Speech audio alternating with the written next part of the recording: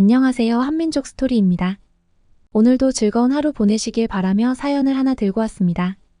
탈북민 미정씨 소개 부탁드리겠습니다. 저는 미정이라고 합니다. 북한에서 태어나 자랐죠. 어릴 때부터 주변 어른들에게 예쁘다는 말을 많이 들었어요. 하얗고 복스러운 얼굴 때문이었던 것 같아요. 그래서 동네에서 귀여움을 독차지했죠. 청소년 시절 제 미모는 더욱 빛을 발했어요. 운이 좋게도 다른 친구들보다 눈에 띄어 응원단에 들어갈 수 있었습니다. 하지만 응원단은 외모만으로 들어갈 수 있는 게 아니에요. 제가 성분도 깨끗했기에 무리 없이 합격할 수 있었죠. 부모님은 정말 기뻐하셨어요. 응원단에 들어가자마자 합숙 생활이 시작됐어요. 한국에서 아시안게임이 열린다고 해서 그것을 준비하기 위해서였죠. 저는 정말 들떠 있었어요. 한국에 갈 수 있다니. 사실 몰래 한국 콘텐츠를 즐겨왔거든요. 한국 음악을 듣고 드라마도 자주 봤어요. 물론 부모님 몰래요. 상상 속에서만 존재하던 한국을 실제로 갈 수 있다는 사실에 가슴이 떨렸어요. 드라마에서 보던 잘생긴 남자들을 실제로 볼 수 있을 거라 기대했죠. 맛있는 음식도 기대됐고요. 하지만 운명은 냉정했어요. 최종 관문에서 탈락했거든요. 저보다 더 날씬한 친구가 제 자리를 차지했어요. 너무나 아쉬웠지만 어쩔 수 없었죠. 눈물을 삼키며 합숙소를 나왔어요. 그래도 희망은 있었어요. 여전히 응원단 소속이었으니까요. 다음 기회를 기다리면 됐어요. 하지만 갑자기 다리를 다쳐서 결국 응원단을 나오게 됐어요. 그때의 실망감은 이루 말할 수 없었어요. 지금 생각해보면 그때의 좌절이 제 인생의 전환점이 됐던 것 같아요. 한국에 가지 못한 아쉬움이 나중에 탈북을 결심하게 된 씨앗이 됐으니까요. 그때는 몰랐지만 그 실패가 오히려 제게 더 큰 자유를 선물해줬어요. 응원단 시절을 회상하면 복잡한 감정이 듭니다. 열심히 노력했지만 결국 좌절을 맛봤고 그 좌절이 나중에 더 큰 용기를 낼 수 있게 해줬으니까요. 인생이란 참 예측할 수 없는 것 같아요. 그때의 실패가 오히려 제 삶을 더 풍요롭게 만들어줬다고 생각합니다. 응원단을 나온 후 저는 해외로 나가 일을 하게 됐어요. 북한에서 쌓은 미모 덕분에 해외에 있는 북한 식당에서 일할 수 있었죠. 작은 북한을 벗어나 넓은 세상으로 나간다는 생각에 가슴이 벅찼어요. 해외 생활은 힘들었지만 그래도 숨통이 트이는 기분이었어요. 북한에서는 경험할 수 없었던 다양한 문화와 사람들을 만날 수 있었거든요. 하지만 동시에 불안감도 컸어요. 북한 식당 종업원이라는 신분은 영원할 수 없었으니까요. 언젠가는 북한으로 돌아가야 한다는 사실이 저를 점점 옥죄어왔어요. 돌아가면 어떻게 될까? 아마도 선을 보고 사랑 없는 결혼을 하겠죠. 그리고 평생 재미없이 살아가겠죠. 그 생각만 해도 숨이 막혔어요. 매일 밤 잠들기 전에 생각했어요. 이대로 살아도 괜찮을까? 나는 정말 행복할 수 있을까? 그런 고민 끝에 결심했어요. 탈북을 하기로 한 거죠. 결심은 했지만 실행하는 건 정말 무서웠어요. 하지만 더 이상 후회하며 살고 싶지 않았어요. 예전에 가보지 못했던 한국 그곳에서 새 삶을 시작하고 싶었어요.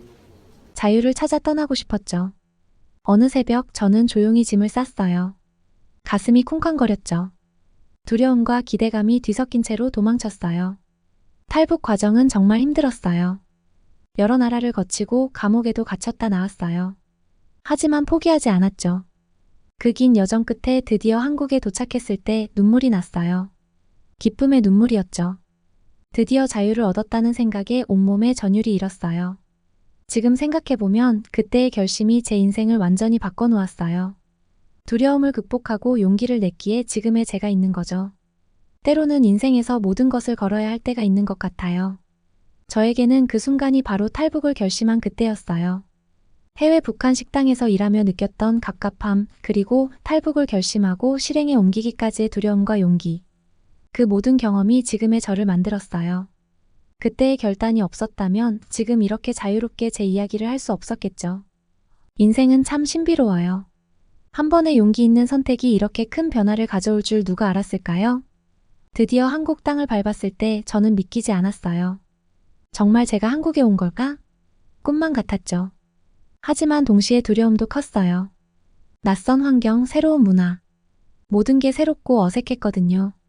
처음 한국에 와서 가장 놀랐던 건 제가 봤던 드라마와 실제 한국의 모습이 묘하게 달랐다는 거예요. 나중에 알고 보니 제가 본 드라마들은 꽤 오래된 것들이더라고요. 실제 한국은 드라마보다 훨씬 더 현대화되어 있었어요. 거리를 걸을 때마다 놀라움의 연속이었어요. 높은 빌딩들, 복잡한 도로, 그리고 쉴 새 없이 오가는 사람들. 모든 게 신기했죠. 특히 차 안에서 느껴지는 에어컨 바람은 정말 감격스러웠어요. 북한에서는 상상도 못했던 일이니까요. 한국 사람들의 옷차림도 인상적이었어요. 자유롭고 다양한 스타일, 화려한 색상. 북한에서는 볼 수 없었던 모습이었죠. 처음에는 그런 옷차림이 낯설고 어색했지만 점점 매력적으로 다가왔어요. 음식도 너무 맛있었어요. 특히 치킨. 북한에서는 상상도 못했던 맛이었죠. 처음 치킨을 먹었을 때 그 맛에 깜짝 놀랐어요. 이렇게 맛있는 음식이 있다니. 그때부터 저는 치킨 마니아가 됐죠. 하지만 모든 게 좋기만 한 건 아니었어요. 언어의 벽도 컸고 문화적 차이로 인한 어려움도 많았죠. 특히 한국어 단어 중에서 영어로 된 외래어를 이해하기가 너무 어려웠어요. 컴퓨터, 스마트폰 같은 단어들이 처음에는 정말 낯설었죠.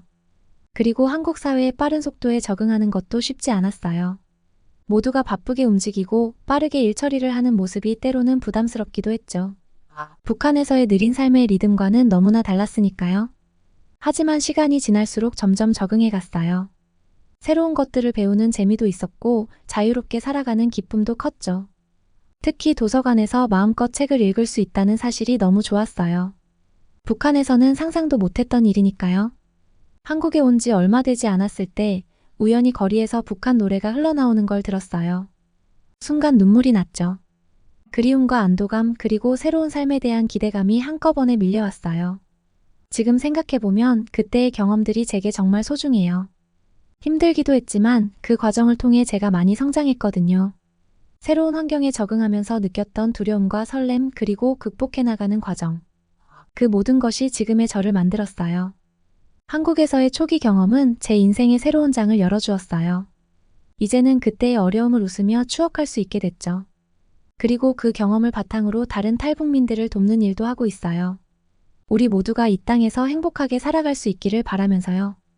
한국에 온 지 얼마 되지 않았을 때 저는 같은 탈북민 친구들과 함께 서울 구경을 갔어요.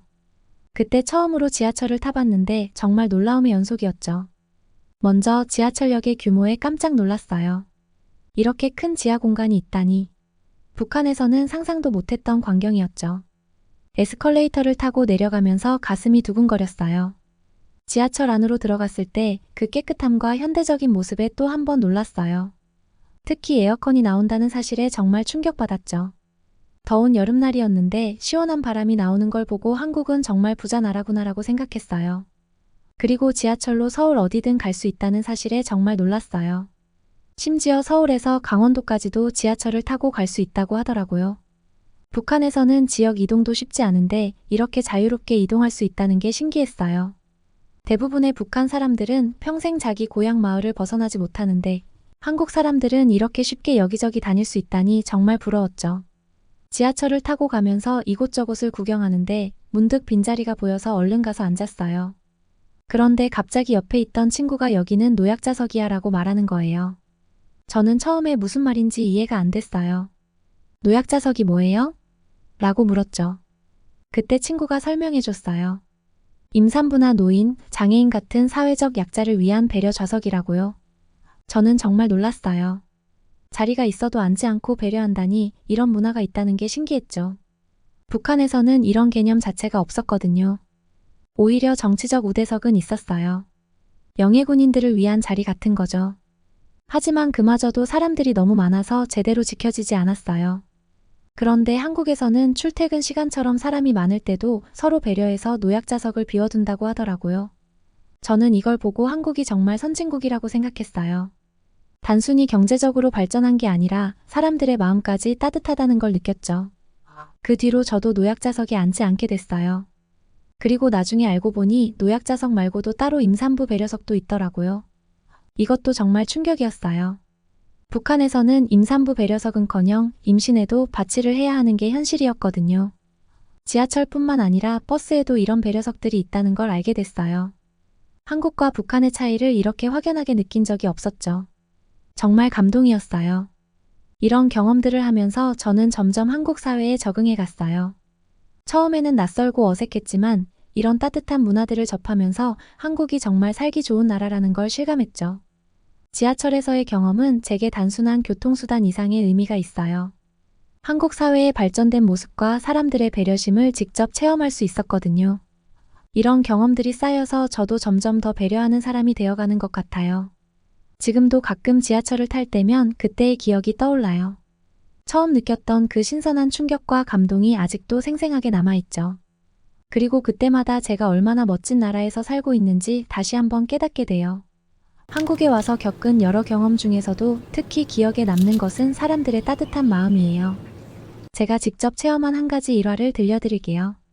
한국에 온 지 몇 달 되었을 때였어요. 일을 하다가 그만 손을 다쳐서 깁스를 하게 됐어요. 크게 다친 건 아니었지만 불편한 건 사실이었죠. 어느 날 출근길에 지하철을 탔는데 10,000원이더라고요. 저는 한 손으로 중심을 잡으며 간신히 서 있었어요. 그때 제 앞에 앉아 계시던 할아버지 한 분이 갑자기 말을 걸으셨어요. 젊은 사람이 왜 다쳤대? 저는 깜짝 놀라 어색하게 웃으며 대답했죠. 그러자 할아버지께서 벌떡 일어나시더니 여기 서 있지 말고 앉으세요 라고 하시는 거예요. 저는 당황해서 아니에요. 괜찮습니다 라고 사양했어요.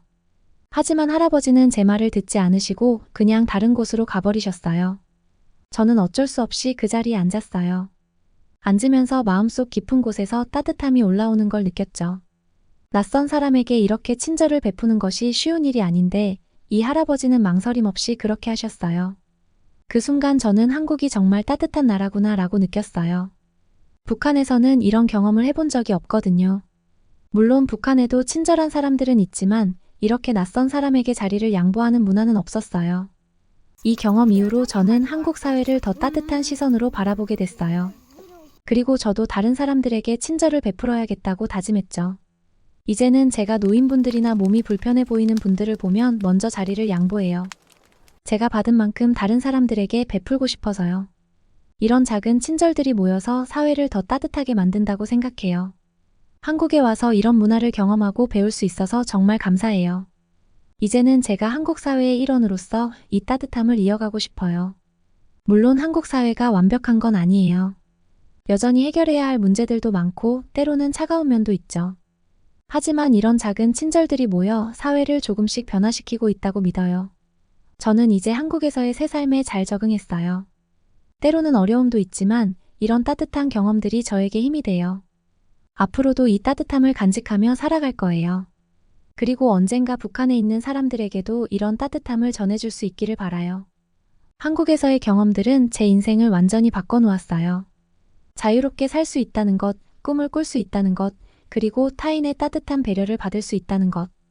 이 모든 것들이 제게는 너무나 소중해요.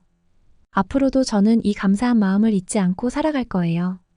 그리고 제가 받은 사랑과 배려를 다른 사람들에게도 나눠주고 싶어요. 그것이 제가 한국 사회에 보답하는 방법이라고 생각하거든요. 이런 경험들을 통해 저는 점점 더 한국 사회의 일원이 되어가고 있어요. 처음에는 낯설고 두려웠던 이곳이 이제는 제 진정한 집이 되었죠. 물론 아직도 가끔은 북한에 있는 가족들이 그립고 고향 생각이 나기도 해요. 하지만 그 그리움조차도 이제는 제 삶의 일부가 되었어요. 한국에서의 삶은 매일매일이 새로운 도전이에요. 언어의 장벽을 넘어서고 문화적 차이를 극복하고 새로운 기술을 배우는 것까지. 모든 것이 쉽지만은 않아요. 하지만 이 모든 과정이 제게는 너무나 소중해요. 왜냐하면 이 모든 것들이 제가 꿈꾸던 자유로운 삶의 일부니까요. 특히 교육의 기회가 주어진 것에 대해 너무나 감사해요.